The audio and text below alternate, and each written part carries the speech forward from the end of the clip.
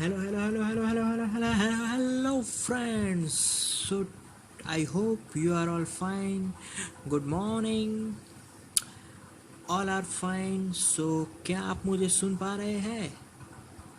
Okay, now we are starting with today.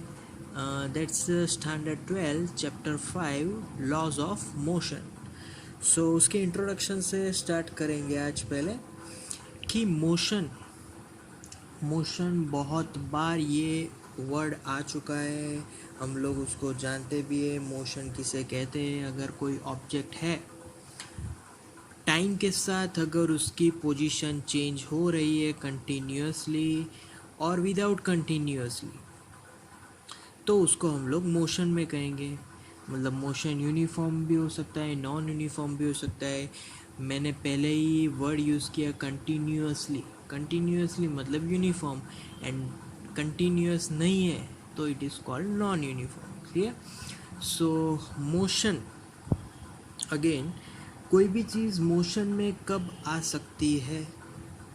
तो जब भी उस पर एक्सटर्नल फोर्स लगे। अब एक्सटर्नल फोर्स क्यों लगाना पड़ेगा? क्योंकि कोई भी चीज़ हमारे अर्थ पे है तो उस पर ग्रेविटेशनल फोर्स लगेगा।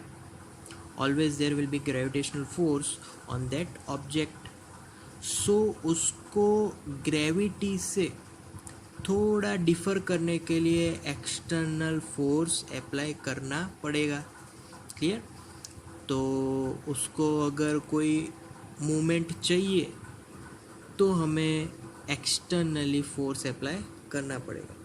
ओके, नाउ अगर कोई ऑब्जेक्ट कंटिन्यूअस यूनिफॉर्म मोशन से आगे बढ़ रहा है और उसको हमें रोकना है, तो फिर भी हमें एक्सटर्नली फोर्स लगाना पड़ेगा। क्लियर?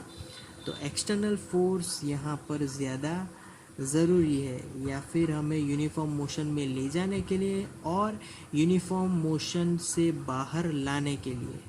क्लियर? तो इस बार हम लोग कई लॉस पढ़ेंगे, मोशंस के बारे में पढ़ेंगे कि मोशंस में उसकी जो डेरिवेशंस होगी, उसके जो न्यूमेरिकली जो मैथमेटिकली जो मेथड यूज़ करेंगे वो पढ़ने वाले हैं।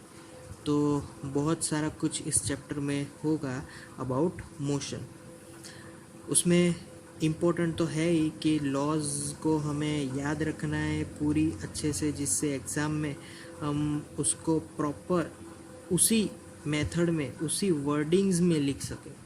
क्योंकि अगर कोई लॉज या डेफिनेशन अगर हमें लिखनी हो तो उस वर्डिंग में होना ही होना है जो हमारी एनसीईआरटी की बुक में अवेलेबल है। तो एनसीईआरटी की बुक में से ही वो पूरी डेफिनेशन या फिर लॉ वो पूरा प्रिंट हो जाना चाहिए अपने आंसर शीट पे।